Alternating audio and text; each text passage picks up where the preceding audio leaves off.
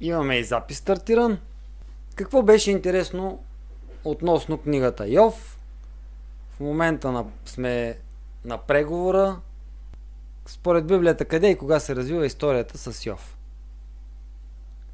Земята Уз е мястото, не е дадено подробност за тая земя, къде се намира точно, нито пък времето е уточнено.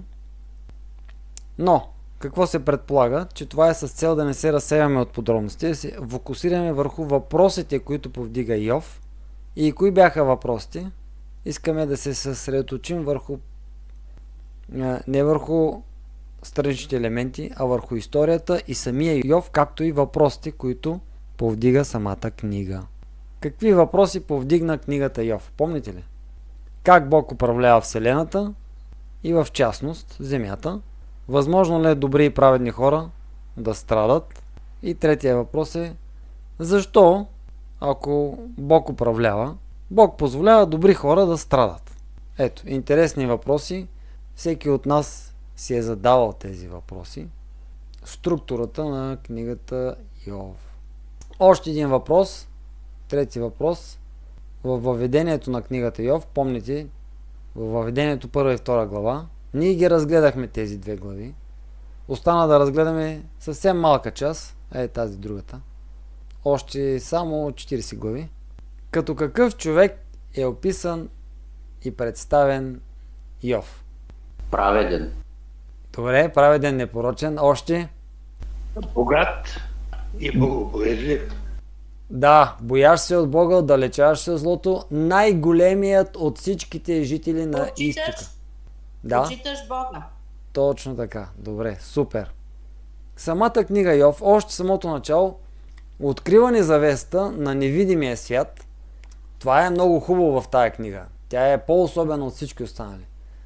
И виждаме невидимото. Какво казахме, че е вярата? Вярата е убеждение, твърда увереност в неща, които се надяваме, убеждение в неща, които не се виждат. Ето, книгата Йов ни помага да видим някои невидими неща и да се затвърдят нашите убеждения в невидимите, духовните невидими неща. На тази картинка, която виждате пред вас, са представени 4 херовима. Това е от книгата Езекил. Божият трон и Бог седи на трона. Бог и е непрестъпна светлина. Както и виждаме много, бих казал, началници на светове, които седят около Божия трон.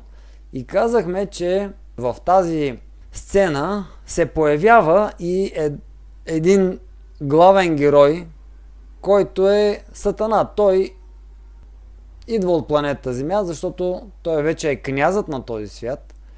И Бог му казва: виждаш ли, на твоя свят има един човек, който не приема твоите принципи, а живее според моите принципи. И Сатана обаче прави едни предположения относно Йов. И какви бяха неговите предположения? Ами неговите предположения, че все... Да, слушам. Предположенията са, че ако той е под закрилата на Господ и го е страх от Господ, ако Господ спре закрилата си, той няма да бъде такъв вярващ и няма да почита толкова Господа. И ако няма този страх от Господ. Благодаря, точно така. Аз съм го написал. Идеята е, че всъщност според Сатана не обича Бога. Той просто има полза и изгода, затова постъпва по този начин. Обаче, ако му се отнемат благословенията, ще се види, така да се каже, истинският му характер, истинското му лице. И виждаме, че Бог се съгласява така на тази сделка, неправилна сделка. Йов обаче остава верен на Бога, въпреки че всичко му се отнема. Тогава Сатана има още едно предположение. То Йов е всъщност егоист в сърцето си. И понеже той самия е добре, той не страда, но ако започне да страда, ако нещо докосне плътта му, тогава ще се види истинския му характер, истинското му лице. И Бог се съгласява и на тази сделка. Тоест, виждаме, че Йов е до крайна степен. Повече от това Сатана не може да го изпита. Това е всичко, което Сатана може да направи, за да вгорчи живота на Йов. ни разкрива една подробност, четейки тази книга, че Бог пази, обгражда онези, които му се боят. Тоест, Сатана е княза на този свят, но в крайна сметка Бог не му позволява онези, които са избрали да застанат на Божия страна, Бог не му позволява да се докосва до тях.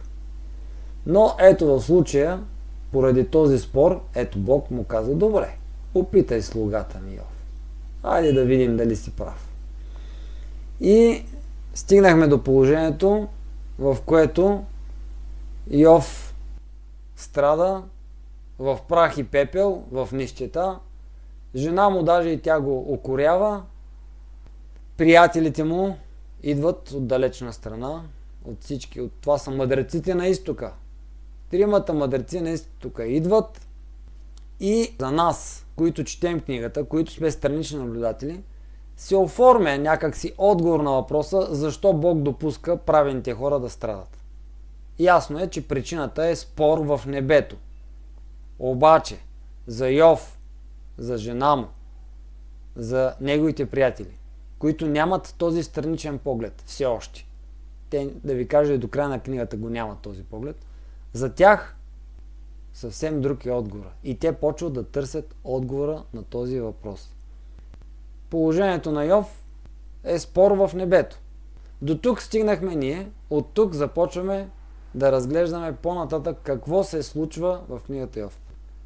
Трябва да ви кажа, да ви призная, че не всички изразни изредства мога да ги разбера до край, защото все пак това е много далеч от нас отстои и тези обаче изречения, които съм ги разбрал, които са ми направили впечатление, съм ги вкарал в презентацията. Йов 3 глава, какво се случва след 7 дни, когато неговите приятели седят и не знаят какво да кажат. Изведнъж Йов проговаря. Избрал съм 1, 11, 13, 20, 25 стих. Нека да ги разгледаме. След това Йов отвори устата си, да прокле деня си. Защо не умрях при раждането и не издъхнах, щом излязох из утробата? Защо сега щях да лежа и да почивам? Защото сега щях да лежа и да почивам. Щях да спя. Тогава щях да съм в покой. Защо се дава видело на злощастие и живот на огорчение в душата? Защото онова, от което се боях, случи ми се, и онова, от което треперех, дойде върху мене. До тук. Благодаря. Познава ли Йов съвършено Бога? Как мислите? Сега ще ви подчертая 2 изречения. Първото изречение, защо го подчертавам? Ами вижте, Йов познава доста добре какво се случва с умрелите. Той казва: щях да си почивам, щях да спя, щях да съм в покой. Да, той има правилно разбиране за това какво се случва с умрелите. Обаче, забележете другото изречение. Онова, от което се боях, случи ми се. Онова, от което треперех, дойде върху мене. Тоест, ние виждаме, че Йов се бои и трепери. А какво казва Библията? Че съвършената любов изпъжда страха. Онзи, който познава съвършено Бога, не би трябвало да се бои и да трепери. Тоест виждаме, че тук Йов няма пълно познание за Бога. По това време, нашето време е различно от това време, ние сме много по-благословени, защото имаме Библията и можем напълно да опознаем Бога. Но по това време Йов е знаел нещо за Бога, затова той е жертвал животни, защото знаел и за спасителния план, но именно тези думи показват, че той няма пълното познание за Бога. Именно поради тази причина Йов изрича тези думи. Тези думи са малко така опорочават до тук онова, което се случва с него. Добре, нека прочетем нататъка и започва една поредица от въпроси и отговори, един дебат, една дискусия между Йов и неговите приятели. Един дебат, в който ще прочетем само избрани стихове. Пак съм оставил избрани стихове. Гошко, може да ги почне да ги четеш и ще направим анализ на тези стихове. А ако започнем да си говорим, ще ти дотегне ли? Ето, ти си научил мнозина и немощни ръце си укрепил. Твоите думи са заякчили колебаещия и ослабнали колене си укрепил. А сега това дойде на тебе и ти е дотегнало. Допира те и смутил си се. В страха ти от Бога не е ли твоето упование и в правотата на пътищата ти твоята надежда? Елифаз, важното изречение, което съм си подчертал е: страхът ти от Бога не е ли твоето упование? Явно е, че онези ученици на изтока, онези мъдреци на изтока са разбрали едно важно нещо. Страх от Бога е началото на мъдростта. Ето, страхът от Бога не е ли твоето упование?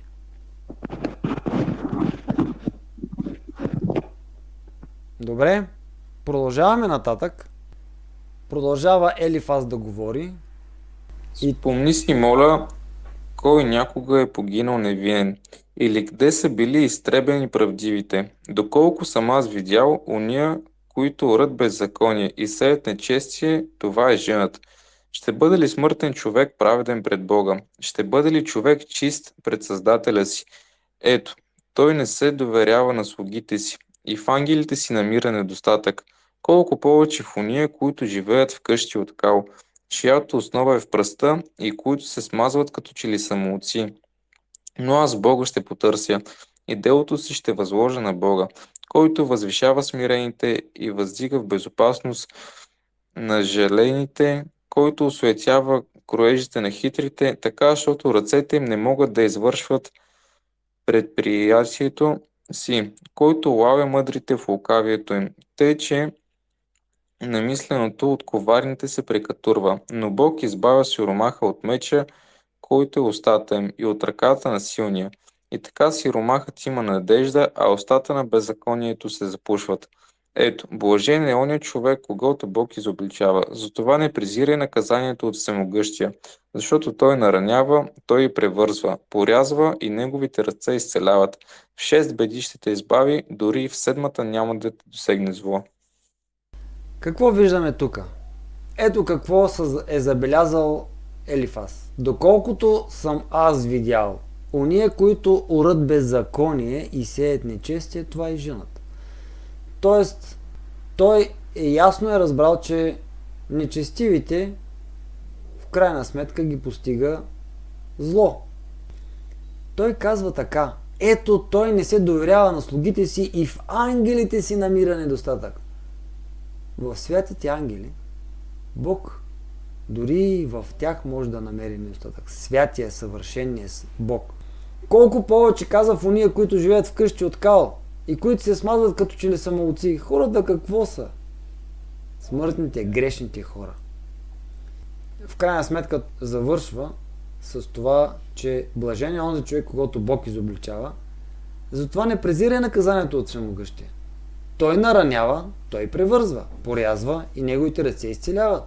В 6 беди ще те избави, дори в 7 няма да те досегне зло. Та какъв е извода на Елифаз? Извода му е: сгрешил си нещо, Йове. Наистина сгрешил си нещо. Но малко по-нататък ще видим какво му предписва. Айде да прочетем какво му предписва Елифаз. В глад ще те откупи от смърт и в война от силата на меча. От бича на език ще бъдеш опазен и не ще се оплашиш от погибел, когато дойде. На погибелта и на глада ще се присмиваш и не ще се оплашиш от земните зверове, защото ще имаш спогодба с камъните на полето и дивите зверове ще бъдат в мир с тебе. И ще познаеш, че шатърът ти е в мир и когато посетиш кошарата си, няма да намериш да ти липсва нещо. Ще познаеш още, че в многочисленото твоето потомство и рожбите ти както земната трева. В дълбока старост ще дойдеш на гроба си, както се събира житен сноп на времето си. Ето, това издирехме, така е, слушай го и познай го за своето добро. Добре, ето какво са разбрали мъдреците на изтока. Ще имаш спогодба с камъните на полето. Дивите зверове ще бъдат в мир с тебе. Трябва да ви кажа, че имаше един много интересен човек, немец, който разказва точно такива интересни неща, когато живееш в хармония и в мир с Бога, дори мечките гризли не ти правят нищо лошо. И ще познаеш, че шатърът ти е в мир, когато посетиш кошарата си, няма да намериш да ти липсва нещо. Тоест Бог се пази всичко, което е твое, да ти бъде запазено. И това нещо действа. Да, действа. Те са го видели, те са го разбрали. Ето това издирихме, така е. Слушай го, познай го за твое добро. Това са разбрали тези приятели на Йов. Обаче, ние не трябва да забравяме, че Йов не заслужава това страдание. И Йов защитава своята невинност. Йов не се признава за виновен пред тях. Техният дебат, който продължава, ние няма да прочетем целият дебат, защото виждате как се развива дебата, но техният дебат се фокусира върху въпроса: Бог управлява ли Вселената по стриктния принцип на справедливостта? И ако е така, тогава как трябва да се обяснят страданията на Йов? Това е дебата, който се разисква в момента. Още малко ще прочетем как Йов отговаря. Нека да прочетем как Йов отговаря. А Йов в отговор рече: дано само би се претеглила моята печел и злополуката ми да би се турила срещу нея на везните, понеже сега би била по-тежка от морския пясък. Дано получих това, което прося, и Бог да ми дадеше онова, за което купнея. Да благоволеше Бог да ме погуби, да пуснеше ръката си да ме посече. Каква е силата ми да чакам? И каква е сетнината ми да издържа? Силата ми сила каменна ли е? Или месата ми са медни? На оскърбение трябва да се покаже съжаление от приятеля му, даже ако той е оставил страха от всемогъщия. Научете ме, и аз ще млъкна, и покажете ми, що съм съгрешил. Ето виждаме последните думи на Йов. Покажете ми, що съм съгрешил. Той не вижда вина в себе си. Даже Йов казва едно странно изречение. На оскърбение трябва да се покаже съжаление от приятеля му, даже ако той е оставил страха от всемогъщия. Той се чувства от своите приятели изключително недобре, защото те го укоряват и даже му казват, че той в нещо е виновен. И той казва така: каква е силата ми? Силата ми каменна ли е? Месата ми медни ли са? Тоест аз от какво съм направен? Аз съм от кал направен, аз съм грешен, аз съм неспособен, аз не мога да издържа. Той разбира, че не може да издържи. Обаче все пак държи на това, че иска на везни да се претегли онова, с което е наказан, и онова, което е той. И забележете отново, той казва така: нека Бог да го направи това нещо, Бог да ме погуби, аз ще чакам той да ме погуби. По същия начин, между другото, постъпва Исус Христос. На кръста му дават да пие оцет и вино смесено. Това е нещо, което облегчава болките, но Исус отказва. Така и Йов отказва. Иска, чака Бог, чака всемогъщия. И по-нататък Йов казва още някои неща, ще ги прочетем, защото са интересни и важни. Земният живот на човека не е ли воюване? И дните му не са ли като дни на наемник? Така на мене се даде за притежание месеци на разочарование, и нощи на печел ми се определиха. Когато си лягам, казвам: кога ще стана? Но нощта се протака и непрестанно се тласкам насам-натам до зори. Снагата ми е облечена с червей и пръстни буци. Кожата ми се пука и тлее. Дните ми са по-бързи от совалката на такача и чезнат без надежда. Представете си човек, който няма надежда. Какво става, когато човек няма надежда? В повечето случаи хората се самоубиват, когато нямат надежда. Нямат надежда за утрешния ден, че ще е по-добър. Когато човек изчезне без надежда, точно това се случва с човека. Той желае вече да не живее. И ето, Йов казва това: не желая повече да живее. Земният живот на човека не е ли воюване? Дните му не са ли като дни на наемник? И нощи на печала ме се определиха. Тоест, той е опечелен от всякъде. И Йов започва вече от следващите стихове да говори на Бога. Ето какво Йов казва на Бога.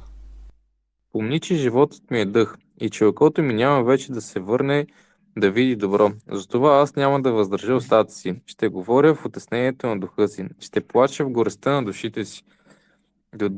Додея ми се. Не ще да живея отново. Оттегли се от мен, защото дните ми са суета. Ако съм съгрешил, що правя с това на тебе, о наблюдателю на човеците? Защото си ме поставил за своя прицел, така, защото станах тегота на себе си. И защо не прощаваш престъплението и не отнемаш беззаконието ми? Защото още сега ще спя в пръста и сутринта ще ме търсиш, а няма да ме има.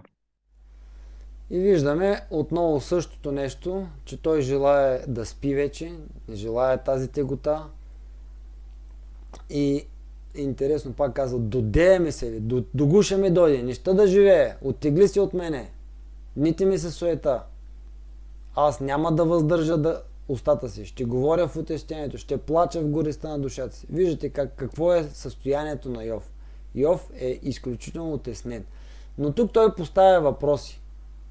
Ако съм съгрешил, що правя с това на тебе, о наблюдателю на човеците? Ако човек върши грях, какво може да направи с това на Бога? Интересен въпрос. И още други въпроси. Защо не прощаваш престъплението ми? Не отнемаш беззаконието ми? Нали за това жертвам животни? Ти си обещал да прощаваш и да отнемаш беззаконие. Но явно Бог не го прави и Йов е очуден и задава своите въпроси. Така че дебатът продължава още доста глави. Ние сме стигнали до 7 глава. Ето, аз съм ви показал, че от 3 до 37 глава това е дебатът между Йов и неговите приятели. Дал съм едно заключение, така да се каже. Какво правим? Йов има аргументи. Аз съм невинен. Той прави извод. Моето страдание, казва той, не е Божие наказание. Не е от Бога. И неговото заключение, щом Бог не се интересува, Бог не е причинител на моите страдания, значи Бог не се интересува, Бог не управлява този свят. Той го оставил така да си върви. Приличат ли ви тези заключения на думите на хората в този свят? Повечето хора казват, Бог не се намесва, Бог всъщност оставя нещата да се движат така от само себе си. И злото, когато Бог оставя нещата, почва да царува. Всъщност, именно това се случва в сърцето и душата на един човек, който е отеснен, огорчен и не познава напълно Бога и Божиите методи на управление. Затова повечето хора, които не познават Бога, стигат до това заключение, че Бог не се интересува, че Бог не управлява този свят, даже и че Бог го няма. Да видим пък приятелите на Йов до какви заключения достигат. Тяхният аргумент, че Бог е справедлив. Те това са видяли. Бог според тях управлява света и щом Бог е справедлив и управлява света, заключението им е, че Йов трябва нещо да е съгрешил. Но ние знаем от въведението, че това не е самата истина. Даже самия Бог казва, че Йов не е съгрешил, че Йов е праведен. И все пак в края искам да прочетем последните изявления на Йов. Те се намират в 29 и 30, до 31 глава. Ще прочетем само някой от тях, просто да видим как Йов завършва своята реч.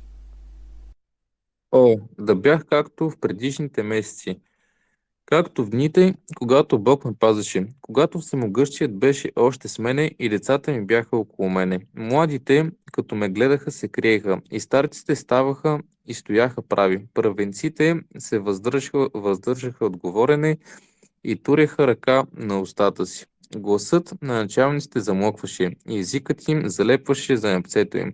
Защото освобождавах сиромаха, който викаше, и сирачето, и онзи, който нямаше помощник. И аз веселях сърцето на вдовицата. Обличах правдата и тя ми беше одежда. Аз бях очи на слепия и нозе на хромия. Бях баща на сиромасите. Изследвах делото на непознатия мене. Троших челюстите на несправедливия и изтеглях лова и зъбите му. Какво виждаме тук? Какъв е бил Йов, докато Бог го е пазил и му е дал сила? Ами Йов е бил управлявал, така да се каже, света около него, света, в който той е живеел, така че Божията правда възтържествувала. Виждате ли?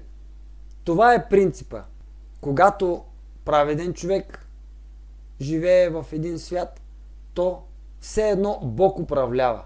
Ето, виждаме, че Йов е изявявал Божията правда и е правил така, че несправедливия трошава челюсти на справедливия и изтеглял лова от зъбите му. И виждаме, че е освобождавал сиромаха, довицата, бил очи на слепия, нозе на хромия, баща на сиромасти. Въобще всичко това е правил Йов. Малко по-нататъка виждаме още някои неща. Човеците чакаха да ме слушат и мълчаха, за да чуят съветите ми.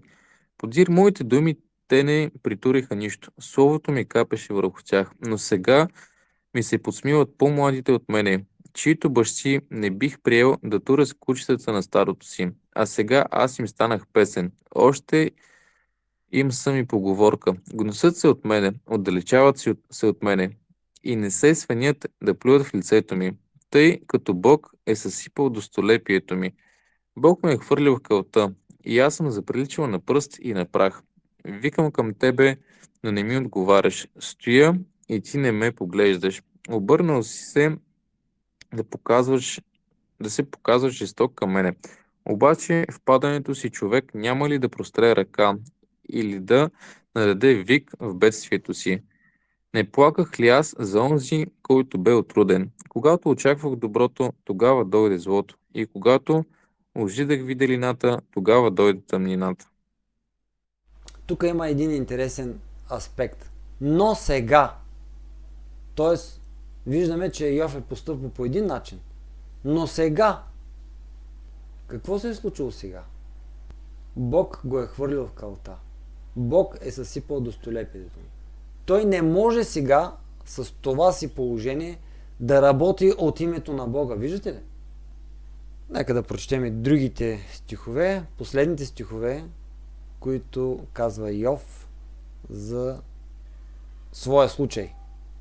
Направих завет с очите си и как бих погледнал на девица. Не вижда ли той пътищата ми и не брои ли всичките ми стъпки? Ако съм презрял правото на слугата си или на слугинята си, когато имаха спор с мене, то какво бих сторил, когато се подигне Бог? И какво бих му отговорил, когато посети? Ако съм въздържал сиромасите от това, което желаяха, или съм направил да помрачеят очите на вдовицата, или съм изял сам залъка си, без да е яло сирачето от него. Ако съм злорадствал в загиването на мразещия ме, или ми е струвало драго, когато го сполетява зло, даже не съм допуснал на устата си да се грешат, да искам живота му с проклетия. О, да имаше някой да ме слуша. Ето, виж тук подписа ми. Всемогъщият нека ми отговори. И да имах акта, който противникът ми е написал. Идва още един герой. И този герой е Елиу. Той не е споменат по-рано, той е четвърти приятел. И Елиу започва изведнъж така по средата на книгата да говори и да разсъждава върху онова, което се случва. Неговия отговор е записан в една глава и вижте до какви заключения достига Елиу. Той казва, да, Бог е справедлив. Това е неговият аргумент. Освен това казва, Бог управлява света справедливо, понеже той е справедлив. Обаче той стига до едно по-философско и по-сложно заключение. Страданието, какъв е въпросът, защо добрите хора страдат? Страданието може да не е наказание за минал грях, за грях в миналото, но е възможно Бог да причини страдание като предупреждение за бъдещи събития, за да помогне на хората да избегнат греха в бъдещето Или Бог може да използва болката и страданието, за да изгради характер, да научи хората на ценни уроци. Елио твърди, че не знае защо Йов страда, но е сигурен в едно. Йов греши, като счита, че Бог не се интересува. Бог не управлява. Дори, че Бог несправедливо е допуснал това, до което Йов е достигнал. Как ви се вижда този дебат, който водят? Интересен ли е? Имате ли някакво мнение по тези стихове и тези въпроси? Просто ми е интересно как разсъждават хората. Ами интересно, аз не се бях замислял за това накрая, че Бог понякога позволява така хората да страдат, да избегне, за да промени характера им и в бъдеще те да не вършат грехове, но пък има една друга страна, че човек трябва да се замисли, когато е в такива моменти, да си извади поука и да използва правилно такива моменти. Именно. Между другото, това е един от стиховете, аз не съм го дал. Той казва: в нощно видение и в сън Бог дава на човека. Предупреждава човека. Обаче, човеците, каза, не внимават. Много интересно. Човеците обаче не внимават. Бог предупреждава, Бог дава това нещо на човека. Но човеците не внимават. От тук насетне, значи с изказването на Елио приключва дебата и аз мисля да приключим днеска, за да поразсъждаваме по-нататък. От тук насетне идва Божият отговор. Бог се намесва и отговаря. Но как отговаря Бог, по какъв начин, ще разгледаме следващия път. Искам така да останем с размишленията върху прочетеното до тук, с изводите и заключенията, които тук имаме, и да имаме малко повече време да осмислим проблема и дебата. А и другото нещо, което е по-нататък, това, което ще го разглеждаме събота, то е освобождение и отговор. Нали знаете, когато Бог се намеси, там нещата стават по-красиви. И нека да ги оставим тези неща за събота.